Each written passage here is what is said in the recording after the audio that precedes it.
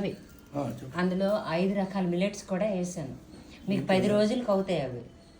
మీకు ఆ పొట్లాల్లోనే అన్నిట్లో రాసాను. 2 రోజులు కొర్రలు సాములు అని.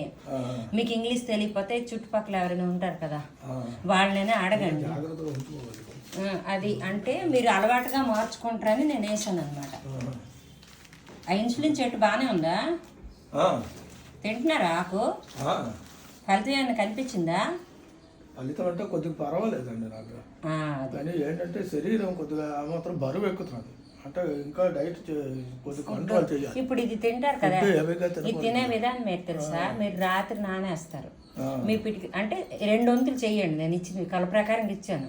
రాత్రి నానేసి తెల్లవారు ఒట్టపట్టి సాయంత్రం తినండి. దాని తర్వాత మరి ఏం తినొద్దు. 2 రోజులు ఒక్కొక్కటి. ఉదయం నానబెట్టేసి రాత్రి నానపెట్టాలి. రాత్రి నానబెట్టేసి పగలు తెల్లవారు ఉడకపెట్టాలి. ఉడకపెట్టి సాయంత్రం తినాలి. అంటే మీకు ఎవరు చేసినా లేదు, మీరే చేసుకోవాలి కదా. అలాగని నేను ఇచ్చాను. ఇక్కడ కన్నమడం ఆకు కూడా ఇస్తానండి. ఇది పప్పులు అందులో వేసుకోండి, మీకు చాలా మంచిది.